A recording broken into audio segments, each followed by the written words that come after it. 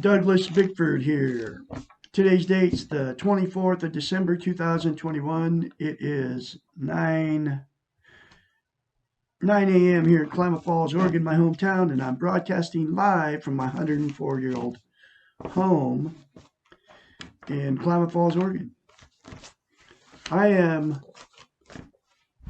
teaching self-esteem from this book right here. Written Susanna McMahon. She's got a PhD in psychology.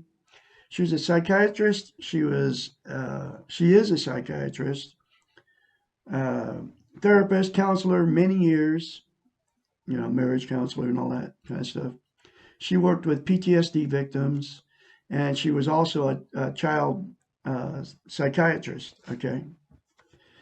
And in this book teaches self-esteem. It teaches you to have a healthy mind. And the first thing to have a healthy mind is to have self-esteem. Self-esteem is self-love, self-confidence, self-worth, okay? And in this book is a very simple concept. It's called mirror therapy.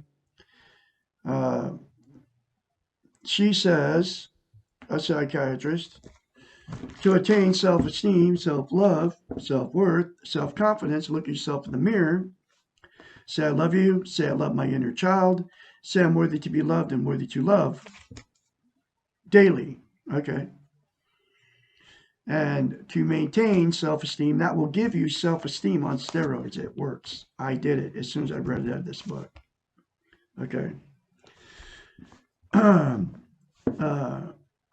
And the thing about self-esteem is, without it, you can't love, you can't be loved, and you cannot be content. It's the absolute most important thing you can have as a human being. Think about it, folks. You can't love without it, you can't be loved without it, and you can't be content without it. Content is the same thing as inner peace. And those three things in the mirror to yourself will give you self-esteem, which will make you content. Okay. Now, but people try to use everything to be content.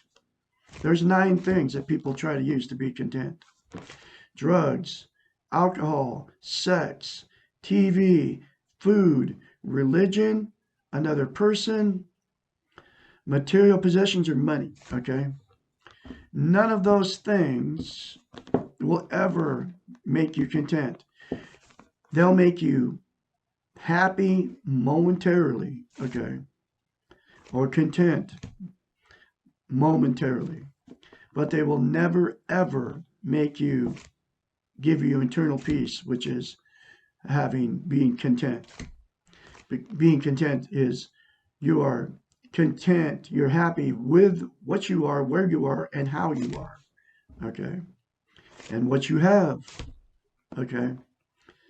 But those 9 things will never, ever do it for you. Drugs. You take drugs, and you can include caffeine and nicotine in the drug, folks. Yes, your favorite beverage is with caffeine in it is a stimulant. Okay, it's a drug, just like nicotine's a drug. They even have a warning label on the cigarette, right? That nicotine is a dangerous drug and it's highly addictive. But caffeine is the same thing. It's very highly addictive. So you take any drug, it doesn't matter which one it is, pot, caffeine, nicotine, uh, all the illegal drugs, methamphetamines, cocaine, all the opiates out there. A lot of people smoking pot now because it's legal in a bunch of states. Anyway, any of those drugs, you take them and they will make you content temporarily, right? While you're on it, while you're inebriated. Okay, any of the drugs. Doesn't matter which one it is. Alcohol, same way. Doesn't matter what alcohol it is. Wine, beer, hard liquor. Drink it, get the warm, fuzzy feeling, feels good, you feel content while you're on it, then it always goes away, and then you always have to do more.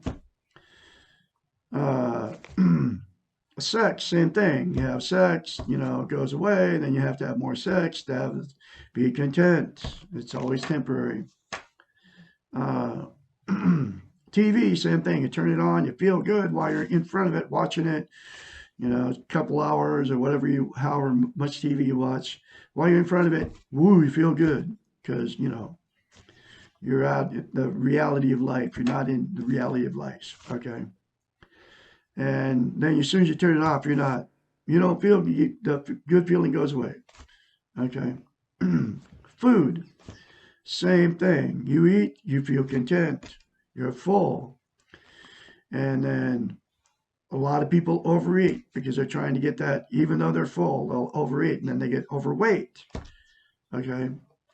Because they're trying to make themselves feel better by eating. When you're eating, you feel good. Okay. But then, then you get addicted to all this stuff. Okay. Food, sex, television, drugs, alcohol, right? You get addicted to all that stuff. Okay. Uh, Drugs, alcohol, sex, TV, religion, food. Okay. Religion. You go to church, give them money, you go hang out with all those people. And then you feel good while you're there. And then, you leave and then that content feeling goes away. So then you have to go back to church to get that same good feeling, right? Because it feels good to give them money and all those people that you believe like you, right? And it doesn't matter which one it is, Muslim, Buddhist, Christian, Orthodox, Jew, Episcopalian, Lutheran, Catholic, Jehovah's Witness, Seventh-day Adventist, Mormon, all the different Christian, denominations there are, which is Baptist and, Episcopalian and all that. Everyone is the same. You go, you hang out with those people that believe like you have the potlucks and all that, but then the good feeling goes away as soon as you leave. So then you go back to get that more content feeling. Okay? Material possessions, doesn't matter what it is. Get something different. Doesn't even have to be new. Another car, a new house, another house. Clothes, shoes, new pair of underwear, anything. Material possession. Go to a thrift store, buy a bunch of stuff that you will just go in a closet or go in a cupboard. You never use the stuff. You buy it at a thrift store because it's cheap. You go, woo! You buy it to make yourself feel good, right? Then you get it home, and then you get this stuff, you acquire it, and then you want to have more to get the same good feeling back because that feeling never stays. Okay. People, you get in a new relationship, right? Doesn't matter. You don't marry him, marry him, whatever you do. That's a new relationship. You got a new girlfriend, got a new boyfriend, and it feels good. You want to be around these people all the time. And then, can't wait just to hang out with them, calling them all the time on the phone, all of it. And at first, it feels really good and it makes you content. And then it never lasts, okay? Then you marry them or you move in together. And then you find out the reality of that person. Whoa. And then they find out the reality of you, which is imperfect. We all are imperfect. None of us are perfect. But at first, with a new relationship, you all excited. You just, you all been there, done it. That's why I've been married 4 times. Okay, I never was content. And then the cheating starts and all that stuff, or you stay in a toxic relationship for years because you don't want to be a failure. Money, same thing. You get a bunch of money, you spend it, you save it, whatever you do with it. The initial feeling when you get it, you're all happy. It's like, woo, it happened to me. Okay. I got $143,000. Bought and paid for my house, cash. Bought all my toys. But I don't get my contentness. that didn't made me happy while I got it, and then while I was spending it, and I bought all this stuff, including my house, and paid cash for it. That happy feeling went away. Okay, even though I still have money in the bank. Okay, but that's not where I get my happiness from anymore. Because the only way that you can be content, internal peace, is to have self-esteem, self-love. That's the absolute only way. Those 9 things will never, ever make you content. Never. And there's people out there, they don't know, okay, that self-esteem will make them content because nobody teaches it. And that's why Douglas Bickford is here, and I have been since February 2021, teaching self-esteem on YouTube here. Because number one, it's changed my life to get self-esteem. And nobody's teaching self-esteem, absolutely nowhere on the internet, on the television. You never hear the word, right?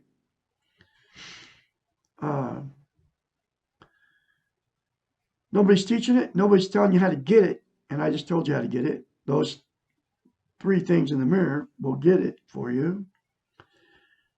Self-esteem. And nobody's telling you how simple it is. Okay, and it's that simple. Those 3 things in the mirror will give you self-esteem.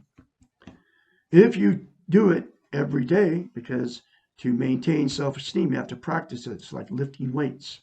I say it every day in the mirror. I love Douglas Bickford. I love my inner child. I'm worthy to be loved. I'm worthy to love. Less than 10 seconds, folks, when you're in front of the mirror every day anyway. Okay? And that nobody's teaching you how it's the most important thing you can have as a human being, because you can't be loved without it, you can't love without it, and you cannot be content without it. Think about it. I'll say it again, like I said before. Absolute most important thing. You just got to think about that.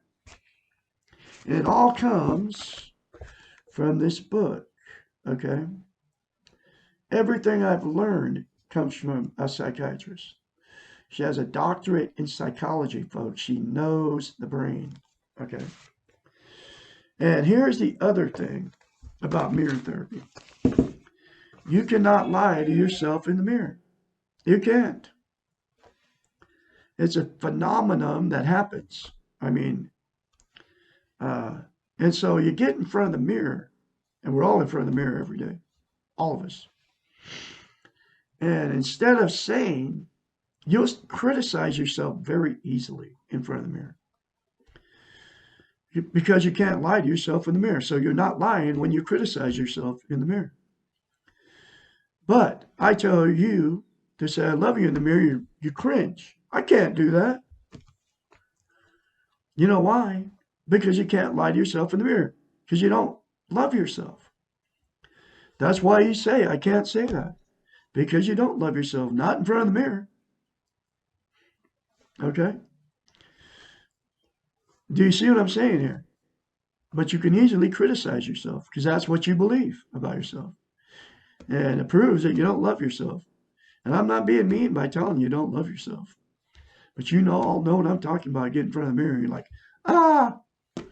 You see the wrinkles. Like me, I'm 66. I'll be 66 tomorrow, actually. You get wrinkles. We all get old. We're all imperfect, folks. Unlike what the television tries to show us, okay, on a daily basis, all right? So anyway, that's what happens with mirror therapy. That's why it's so powerful. And that's why she says to do it, a psychiatrist, because she knows that, okay?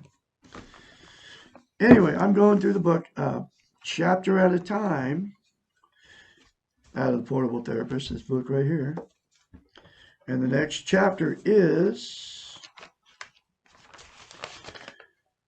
chapter 63.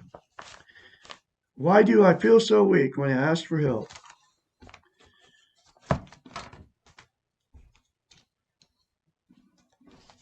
One of the great paradoxes of our time is that what looks like strength is really weakness.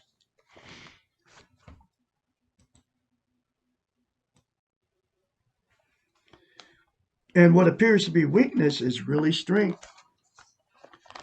This is particularly true when asking for help. It takes a lot of courage to admit that we do not know, that we are scared and lost. We have been trained to believe that we have to know that it is wrong to be afraid. We have learned that showing feelings is a form of weakness. Men don't cry, women don't show anger, and children should be seen and not heard. We are supposed to be strong, in control, and invincible. We are supposed to rise above our very humanness. Why?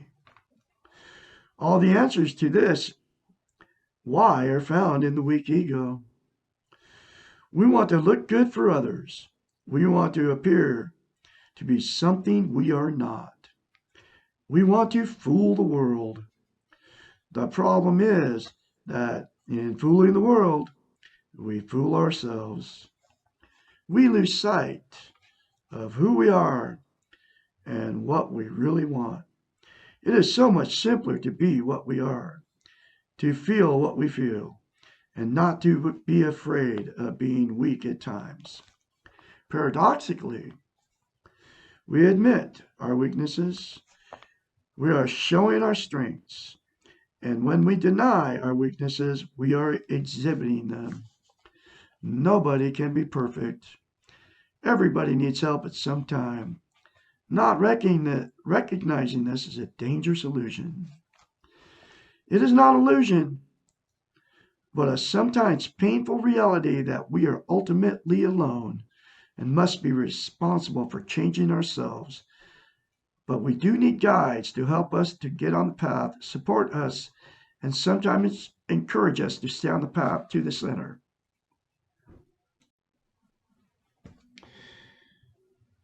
It is not a weakness to know when we cannot do this alone. It is not a weakness to ask for help. It may be useful to think of our helpers as traffic police. They show us how to go, when to stop, and when to proceed safely, but they do not take us where we are going. They help us to avoid going down the wrong road, and they give us directions when we are lost. If you feel you need some help, but you are afraid that you will appear weak when you ask for it, think of who is labeling you weak.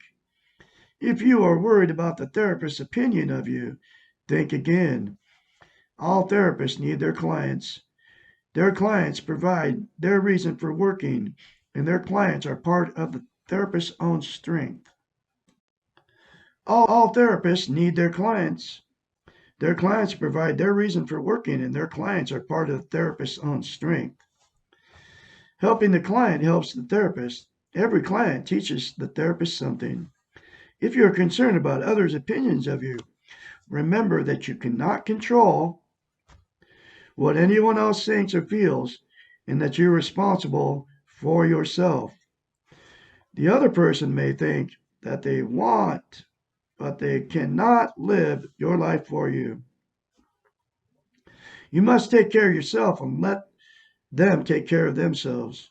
If you are worried that you feel weak when you ask for help, welcome this feeling as a beginning of fighting the weak ego.